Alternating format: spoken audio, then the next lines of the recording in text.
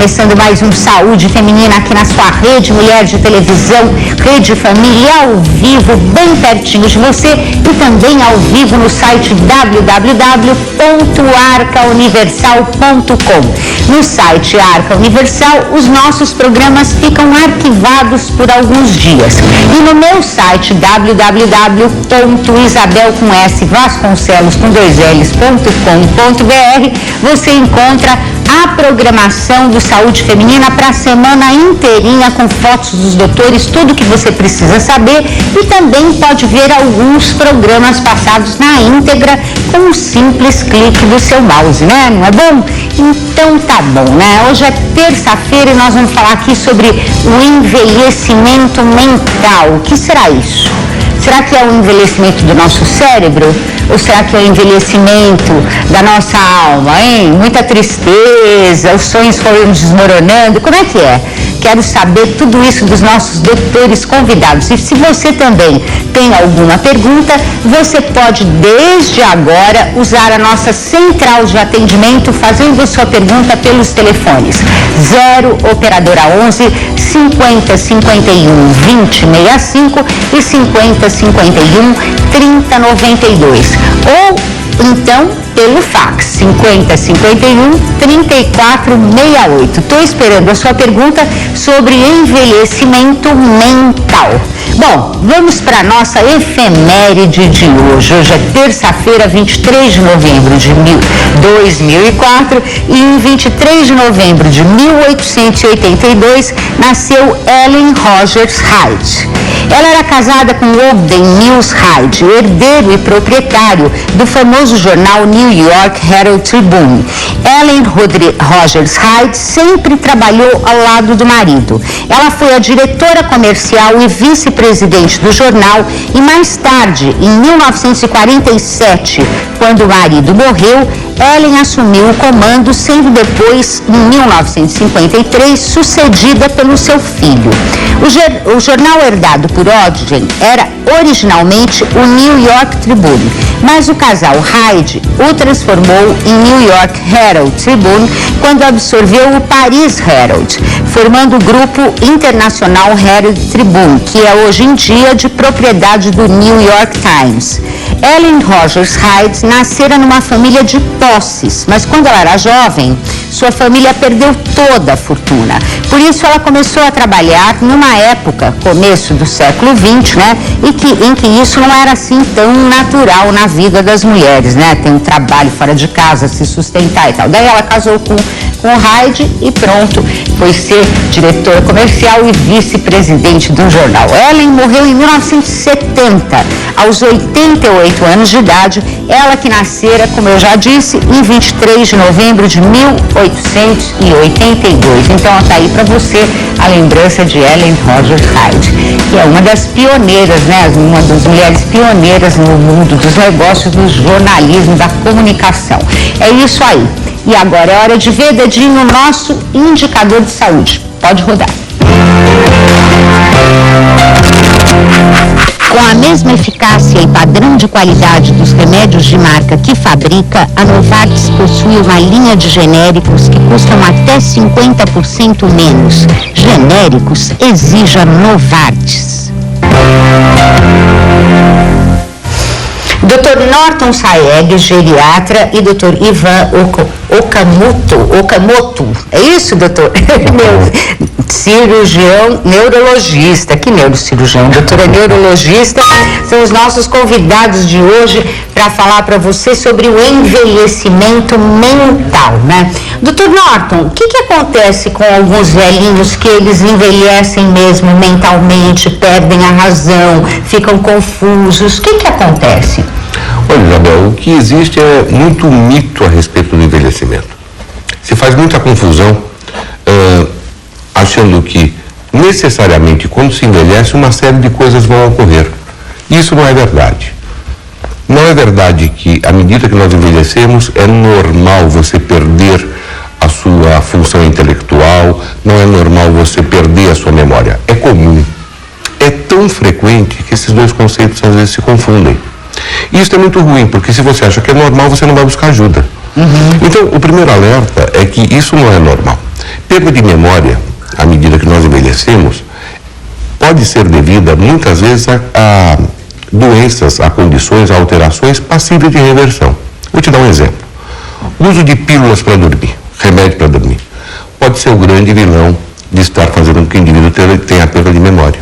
Depressão, problemas metabólicos, funcionamento glandular, especialmente da tireoide, enfim, uma série de condições podem levar o indivíduo a ter perda de memória, a ter um rendimento intelectual deficiente, o que não é do processo normal de envelhecimento. É comum que isso ocorra, então é importante que se busque ajuda. Tá certo, né? Por isso que as pessoas ficam até com preconceito, achando que todo velhinho é incapaz de pensar, né? Que é incapaz de raciocinar, que precisa de ajuda. É que é tão comum. Existe uma super proteção da sociedade. As pessoas acham que isso é normal, e não é normal. Mas isso acontece, né? Sem dúvida nenhuma. Isso realmente acontece com algumas pessoas, né? Mas como você vê, né? O doutor acabou de falar que é passível de reversão em muitos casos, né? Agora, doutor Ivan, se isso não é normal, mas é muito comum, quais são as causas de ser comum? Por que, além do que o Dr. Norton já falou, acontece isso com os idosos? A gente tem que pensar em que fase essas pessoas estão na vida. A mulher, geralmente, os filhos casaram, tem a chamada síndrome do ninho vazio, né? Então ela se sente mais depressiva, com dificuldades de lidar com a demanda para ela não é tão importante. O homem, por sua vez, acho que não conheço ninguém que se prepare para a aposentadoria. O homem está entrando na fase de aposentadoria, também se deprime. Então é muito comum elas perceberem essas dificuldades, né, que às vezes até já tinham anteriormente e que acabam sendo mais notadas nessa fase. Até por essa coisa que o Dr. Norton falou, de ser tão comum que as pessoas acham que é normal envelhecer, envelhecer é sinônimo de perder memória, perder função cognitiva. E não é, né? Então existe no meio leigo essa falsa impressão, essa falsa ideia, e aí, quando começa a entrar numa fase de seus 50, 60 anos, principalmente 60, 70 para mais, esses lapsos estão mais acentuados. Está esquecendo? Está ficando velho. Esqueceu? Então, por que você está ficando velho? Não o inverso. Bom, a gente tem até uma gíria para isso, a gente fala que fulano está esclerosado, né? Que é totalmente errado, inclusive, né? Essa é uma grande dificuldade, porque existem as doenças que realmente levam a alteração de memória, levam à perda cognitiva, que são chamadas demências. E dentre as demências existe a doença de Alzheimer, que é a mais prevalente, a mais frequente, né? Tá certo. Agora, é só o Alzheimer que faz com que os velhinhos fiquem doentes, assim, da cabeça mesmo? Não. A doença de Alzheimer é a mais comum, como o Dr. Ivan falou, é a mais frequente. Cerca de 60% das demências são devidas à doença de Alzheimer. Bastante, né, doutor? É mais do que a metade. Agora, existem também demências ligadas a fatores vasculares. Daí o termo esclerose, errado, usado popularmente como esclerose, mas seria a aterosclerose, ou seja, a ocorrência de pequenos derrames que não apresentam sintoma, mas pela sua quantidade, pela sua localização, podem levar com que esse indivíduo tenha perda de memória. Isso é uma das condições. Existem demências muito mais raras, como demências ligadas a hábitos antropofágicos, por exemplo, a demência de Curu, onde os indivíduos comem cérebro de humanos e podendo assim perpetuar e adquirir a doença. Existe a doença da vaca louca, por exemplo, que foi notícia aí há poucos anos, fazendo uma verdadeira epidemia em alguns países da Europa, mas felizmente são doenças mais raras. A doença mais prevalente hoje em dia, que nós temos que realmente nos preocupar, na minha opinião, são duas. Que é a doença de Alzheimer, porque ela não é curável, mas ela é tratável, como a grande maioria das doenças, e a aterosclerose, cujos fatores de risco, se controlados, vão prevenir ou muitas vezes minimizar a ocorrência de novos derrames e assim melhorando a condição do indivíduo para que ele não tenha grandes perdas cognitivas, que é realmente uma tragédia. Mas aí, eu acho que acontece também uma outra confusão que a gente faz normalmente, popularmente, que é essa confusão que o doutor até já se referiu, doutor Ivan, que é uma confusão assim, entre o estado de espírito, se é que eu posso chamar assim, da pessoa, né? A pessoa que está triste, ou que está deprimida, ou porque perdeu muitas coisas na vida, ou foi perdendo sonhos pelo caminho, ou não realizou todos os sonhos que pensava realizar. Então começa a confundir essa, sei lá se isso é uma depressão ou quase isso, ou esse estado de espírito, com sintomas do envelhecimento. E isso não é sintoma de envelhecimento, né? Eu posso chegar lá nos meus 80 anos com a mesma alegria, a mesma disposição que eu tinha aos 40, não posso? Claro que sim. Para isso você precisa se preparar, você precisa manter a qualidade de vida. Eu costumo falar para alguns pacientes que a gente vai colher nessa fase o que plantou durante a vida toda. Né? Se a qualidade de vida foi ruim, você realmente vai colher nessa fase. Né? Se não se preparou, se não se adaptou, se não evitou risco, fatores de risco vascular, fatores de qualidade de vida. Né? E aí você pode realmente ter alterações de humor, maior dependência ao uso de medicações, maior dificuldade em lidar com os problemas que todo mundo tem. E nessa fase pode estar mais acentuados. Quer dizer que, por exemplo, esses problemas vasculares aos quais o Dr. Norton se referiu há pouco, eles podem ser prevenidos? Assim como infarto do coração, né? Infarto do miocárdio. Você mudando a alimentação, prevenindo, tomando remédio para baixar o colesterol, triglicérides, controlando pressão, controlando diabetes, tendo uma atividade física, tudo isso você diminui o risco e a chance, comprovadamente, diminui o risco de uma alteração vascular cardíaca. E, consequentemente, você também pode levar uma prevenção do risco vascular, que são os mesmos fatores de risco. E esses remédios aí que estão ficando muito populares também, como esse ginkgo biloba e outros semelhantes, que as pessoas mais idosas tomam e falam, faz bem para o cérebro, faz bem para a cabeça, isso é verdade? É excelente que você me pergunte isso. Eu só queria fazer uma vírgula. Ontem eu estive num jantar, por exemplo, com gente teoricamente altamente intelectualizada, elite de São Paulo, e um indivíduo que estava sentado ao meu lado, com 70 anos de idade, olhou para mim e falou assim: doutor, um dia eu vou lhe procurar à medida que eu achar que preciso. E isto que tem que mudar.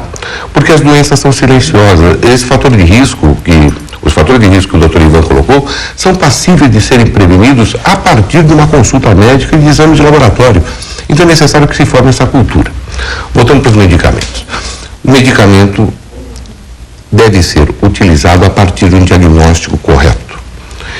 Essas drogas que teoricamente não fazem mal, e nós não sabemos se fazem bem, não são prescritas por médicos que têm responsabilidade. Então, é importante que se faça o diagnóstico correto e, feito o diagnóstico correto, se institua a medicação. Não existe remédio para a memória, a não ser alguns medicamentos específicos para a doença de Alzheimer, que de um modo indireto pode aumentar a neurotransmissão de um agente chamado acetilcolina. Agora, pode chamar Memoriol, Memoriex, dar o nome de business, de marketing que tiver. Não existe remédio para a memória. Existem tratamento de condições que alteram a memória. Isso é efetivo.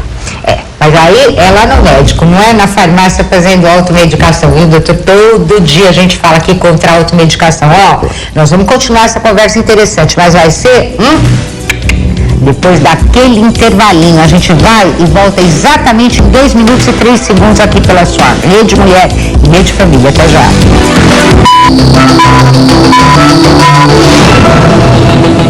TV Taife, um programa onde a estrela é o cabeleireiro. Dicas, entrevistas, tendências e tudo mais que você precisa saber para continuar fazendo bonito no salão. TV Taife, domingo, 3:30 da tarde. Quem está querendo comprar um conjunto estofado novo não pode perder. Amanhã nas Casas Bahia, você vai comprar toda a linha de conjuntos estofados com desconto de 40% e em 12 vezes sem juros. Vou repetir, só amanhã nas Casas Bahia, você vai comprar toda a linha de conjuntos estofados com 40% de desconto e em 12 vezes sem juros. É o desconto e a condição de pagamento ideal para você relaxar na hora de pagar. Não deixe de aproveitar. Conjuntos estofados com 40% de desconto e em 12 vezes sem juros. É só amanhã e só nas Casas Bahia. Chegou o TVA Digital, uma nova maneira de ver TV. Agora você monta sua programação e pode ver o que deseja com maior interatividade. Só a TVA Digital tem a HBO Max Digital, com 10 opções de entretenimento. Tudo com imagem e som com qualidade de DVD e opções de legenda. Ligue 3038-5499, assine a TVA a partir de R$ 56,90 mensais e pague só em fevereiro de 2005. Não perca tempo, ligue já. Atenção, empregos no Japão. Você que ainda não realizou todos os seus sonhos, essa é a sua chance. Grandes empresas japonesas necessitam descendentes de japoneses. Adoramos, querido, pela Shinsekai. A Shinsekai sempre me deu apoio. Embarque imediato. Financiamos toda a viagem para você. 3105-8380. A Shinsekai dá oportunidade para você conquistar a sua felicidade. Shinsekai, a conexão perfeita entre você e o Japão. À tarde, Alonso. Quer ficar mais bonita nesse verão? Então saiba tudo sobre o relaxamento para cabelos aqui no nosso programa. À tarde, Alonso. Hoje, 2:30 da tarde.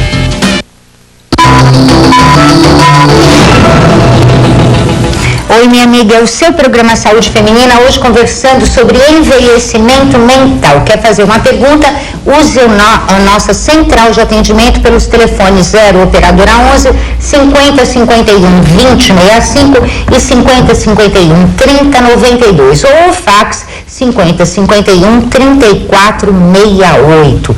Eu estou aqui com muita alegria com o Dr. Norton Sayeg, que é geriátrico, Dr. Ivan Okamoto, que é neurologista, né? Nós já falamos bastante aqui e uma coisa que me deixou muito contente é saber que realmente não se deve fazer essa confusão que todo mundo faz, né? Sobre envelhecimento e saúde mental. Dá para chegar lá, sim, em pleno gozo das suas faculdades mentais, né, doutor Ivan?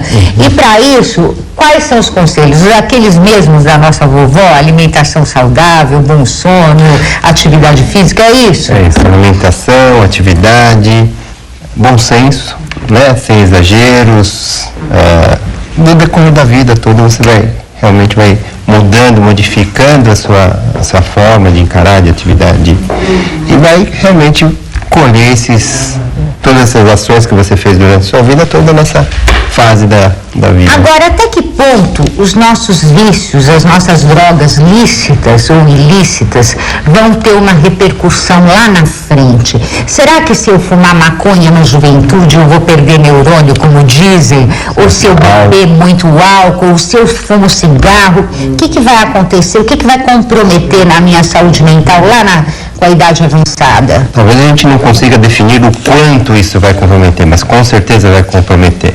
A gente trabalha cada hora com o coração, o rim e também o cérebro com reserva funcional. Se você está eliminando a sua reserva funcional precocemente, muito mais dificilmente você vai conseguir suprir uma doença que venha a cometer o seu cérebro no futuro. Então você está eliminando a sua chance, a sua reserva, a sua poupança do seu cérebro lá na frente. Tá gastando. Tá gastando. À toa, né? Eu acho. Bom, às vezes vai ter uma questão de opção, né? É uma questão de opção também. Bom, aí eu vou começar a fazer suas perguntas aqui, minha amiga. A Eliane, do Rio de Janeiro, do Dr. Norton, ela quer saber se a melatonina tem alguma contraindicação. O que o senhor tem a dizer para nós sobre melatonina, que já teve tanto na moda aí, né? Não é só sobre melatonina, não. Falar sobre charlatanismo.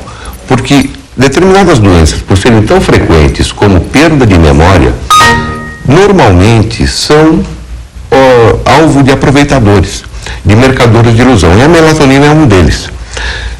Tudo que existe a nível de pesquisa, nós respeitamos. O que não se pode é você pegar um determinado medicamento que teoricamente vai funcionar e você passar isso para a população sem que haja uma comprovação científica.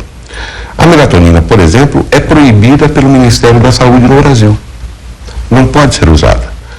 É uma droga que está em estudo no FDA para saber se ela vai ter algum efeito, mas por enquanto é absolutamente contraindicada e usada por maus profissionais ou profissionais desinformados. Agora, é impressionante o número de coisas que aparecem com nomes esquisitos e vão parar na mídia, e os grandes astros da mídia promovem isso e chamam outras celebridades que dizem assim: doutor, eu tomei isso, eu rejuvenesci, eu estou melhor, né? Como é que o público lá do outro lado, como é que ele vai separar esse joio desse trigo aí, né?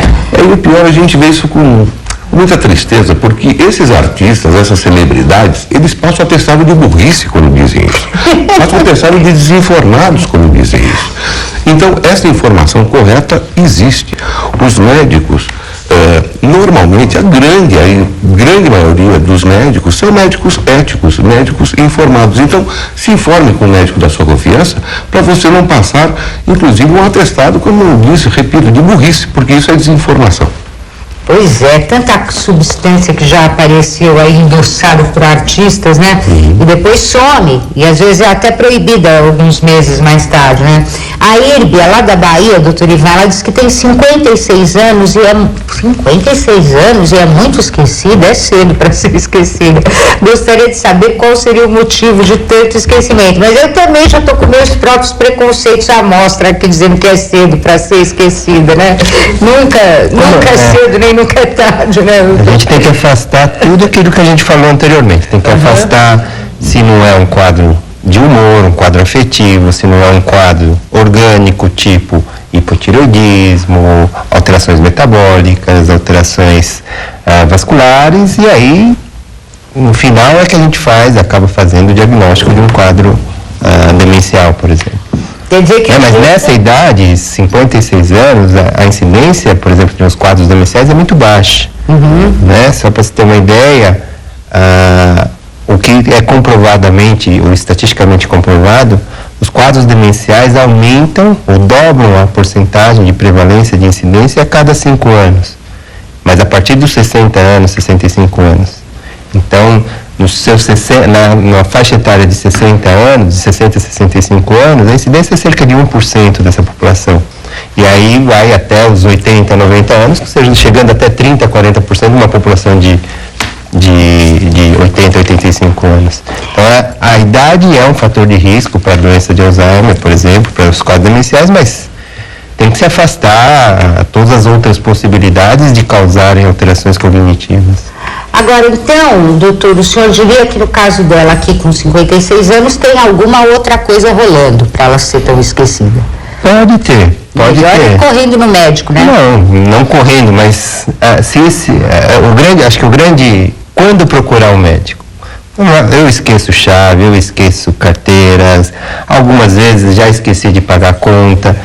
Isso é até comum, até normal do dia a dia de uma pessoa que está em atividade. O problema é quando esse problema de memória, quando esse problema de esquecimento começa a interferir no dia a dia. Então ela tem que ir mais vezes ao supermercado, porque esqueceu, não consegue mais fazer uma compra, por exemplo, sem fazer uma lista, né? Está pagando muito mais multa, encargos, porque esquece de pagar as contas, e isso se torna sistemático. Aí é o momento de levantar um sinal de alerta e talvez procurar um profissional. Só queria dar uma contribuição nisso, você falou de esquecer os óculos, a chave, o pente. Eu costumo dizer assim, se você esquece onde é que está a chave do carro e tem alguma dificuldade para achar, mas depois você encontra, mas não sabe, se você esquece para que ela serve, aí realmente nós estamos frente a um problema de memória, um problema grave de memória. E uma outra coisa, que quando as pessoas se queixam de problema de memória, muitas vezes isso é ligado à questão de depressão, à questão emocional. Quando a pessoa tem uma doença grave, como a doença de Alzheimer, geralmente são as pessoas do entorno que acabam percebendo que a pessoa tem. E não necessariamente, ela própria não é comum. Nós temos aqui mais duas perguntas sobre essa questão da memória. Uma da Meli, do Paraná, que também tem 54 anos, diz que tem muita perda de memória, quer saber se tem algum medicamento que ajudasse.